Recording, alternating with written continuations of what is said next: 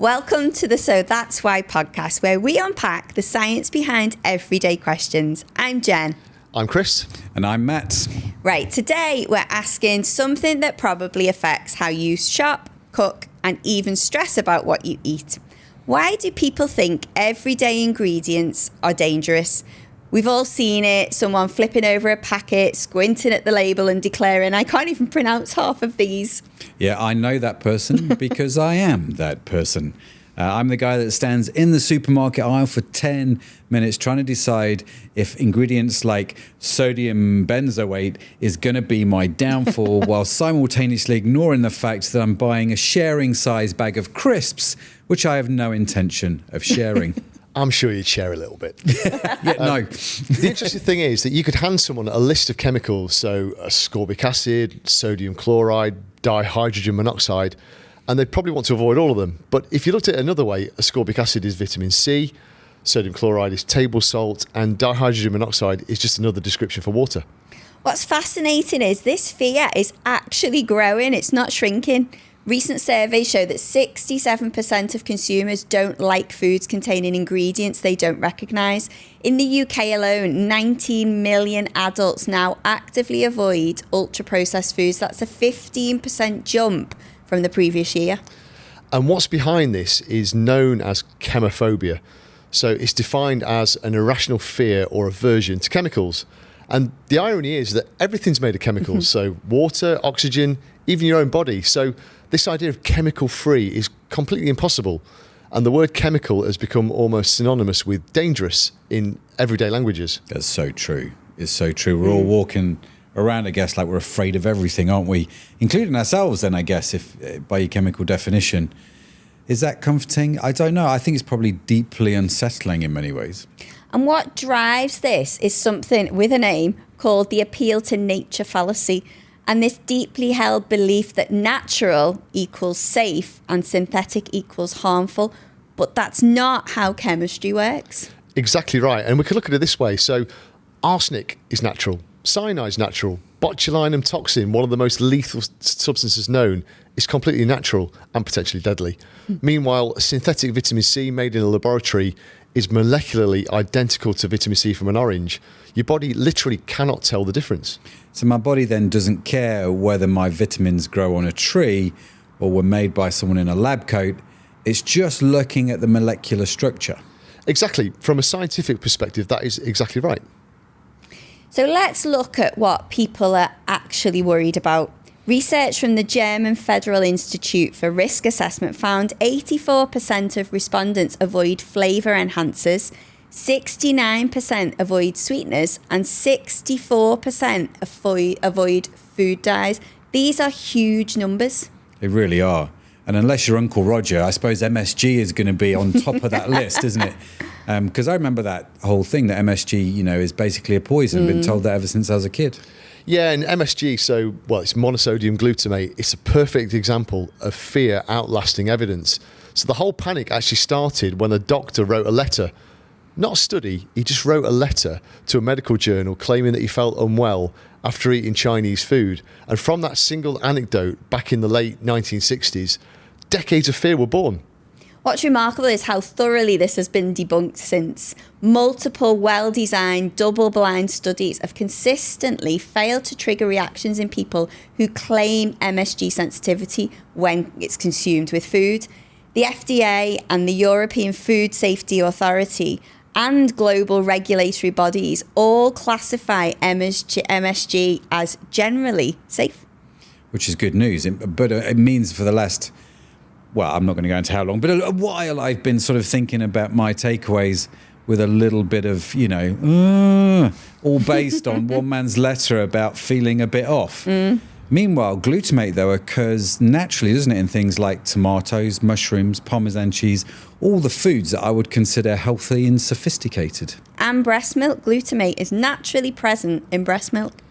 And if we look at what happened with MSG, it's a pattern that we see repeatedly. So a single poorly evidenced claim gets amplified, creates this cultural fear, and then it persists long after the science has moved on.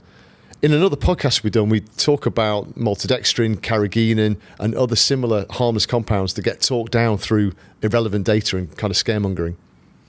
I mentioned artificial sweeteners before, but they present a more nuanced picture. While regulatory agencies maintain they're safe within acceptable daily intake limits, some recent large-scale studies, they've raised legitimate concerns worth monitoring.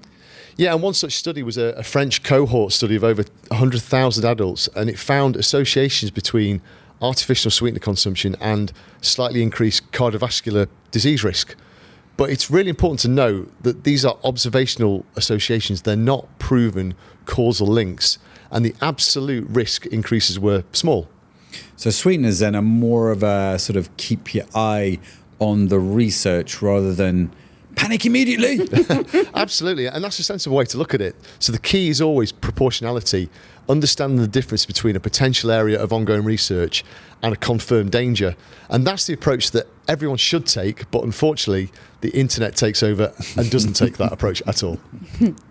So food dyes are actually an area where consumer concerns align more closely with scientific evidence. So red 40, yellow 5 and yellow 6 have been found to contain trace contaminants, and some studies support links between certain dyes and hyperactivity in children. Yeah, that's right. And this is why the European Union requires warning labels on products containing certain dyes. And California recently banned red 40 in school foods. But the thing is, different regulators are taking different approaches based on the same evidence, which understandably causes consumer confusion. Well, it does for me because, sometimes the fear is justified, sometimes it's overblown, sometimes it's somewhere in between. And this is why nutrition is actually quite confusing for me. And I really want sort of simple rules. But the science just sort of seems to keep saying, well, Matt, it sort of really depends, really. Yeah, and the fundamental principle of it being the dose that makes the poison helps, or it should help, to cut through that confusion. But any substance, even water, can be harmful when consumed in excessive amounts, while many substances considered dangerous are perfectly safe in low quantities. This is how regulatory agencies establish safety, isn't it? They identify the highest dose at which no adverse effects occur in studies. Then they divide it by 100 to create a massive safety margin. The acceptable daily intake already accounts for being extra cautious. So when I read then the scary headlines about some ingredient, the amount being studied is probably, wildly different from what's actually in my food. Yeah, absolutely, almost always. And if you take caffeine, for example, so the lethal dose of caffeine is just under 200 milligrams per kilogram of body weight. So if you take a 160-pound person, that's about 72 to 73 kilograms. That would be well over 100 cups of coffee. And with that amount, you're more likely to have problems with water poisoning than before the caffeine issues kick in. Wow. I'm safe then, I only drink 90. 99. Yeah. Well, this is why occasionally exceeding guidelines on a given day isn't cause for alarm. These limits are designed around a lifetime exposure, not single occasions. So speaking then of things that people worry unnecessarily about, can I ask you guys about seed oils? Like my social media feed, man, is just full of people claiming they're toxic and inflammatory. Yes, seed oils are a textbook case of misinformation spreading despite solid evidence to the contrary. So critics claim the omega-6 fatty acids cause inflammation, but multiple systemic reviews of randomized controlled trials have found virtually no evidence for this. So a 2017 meta-analysis actually found that in many studies, participants consuming the most linoleic acid, like the main omega-6 in seed oils, had the lowest levels of inflammation. The American Heart Foundation and the British Heart Foundation both maintain seed oils are actually healthy when used to replace saturated fats. So I can stop feeling guilty about my rapeseed oil, which is genuinely good news because I was running out of things to actually cook with, that I'm allowed to cook with. What's particularly telling is that many of the loudest voices against seed oils are influencers with no scientific training. What a surprise. Yeah, while actual nutrition researchers and cardiologists aren't worried. The claims spread because they sound plausible and they tap into the broader fear of processed anything. That's it. And no surprises at all, but marketing has capitalised heavily on these fears. So products claiming to be chemical free, which is literally impossible, or clean, which has no regulated definition, they command premium prices. And entire product categories have emerged based on exploiting chemophobia rather than genuine safety concerns. I mean, I've seen clean beauty and clean label aisles in retailers, which are just absolute nonsense. What's interesting is why this resonates so strongly. I mean, research suggests it connects to broader mistrust, corporate scandals involving everything from pesticides to pharmaceuticals. They've created a legitimate skepticism about industry claims. And that reasonable concern then morphs into a blanket rejection of anything that sounds scientific. So the good news is we're not being irrational. We've just been burned before, and now we're suspicious of anything with a long, complicated sounding name. Yeah. Right? That's it. And there is logic to it. So even if the application sometimes misses the mark, the challenge is distinguishing between healthy skepticism and unfounded fear driven by people and companies with agendas. So the notions that natural means safer, or if you can't pronounce the chemical, can't be good for you, it's nonsense. They're both nonsense. So if there's one good thing that's come from clean beauty and clean label retail trends, it's this driving of demand for transparency, albeit with a fair amount of nonsense thrown in. One genuinely concerning trend is that people focused on avoiding specific additives sometimes overlook real food safety risks. Studies show that individuals who fear chemical additives often practice risky behaviours like improper storage or ignoring use-by dates, things that can actually cause illness. So while I'm worrying then about whether some additive I can't pronounce is going to be my downfall, I'm leaving food out on the counter way too long, which is going to be a spectacular own goal, isn't it? Yeah, I've seen your team score a few own goals. But no, you're right. And the bigger picture matters more than individual ingredients. And extensive research links ultra-processed food consumption to various adverse health outcomes. But this likely stems from the overall dietary patterns rather than specific additives. So high calories, high sugar, high salt, low fibre, low vitamins. These patterns matter more than any individual single ingredient.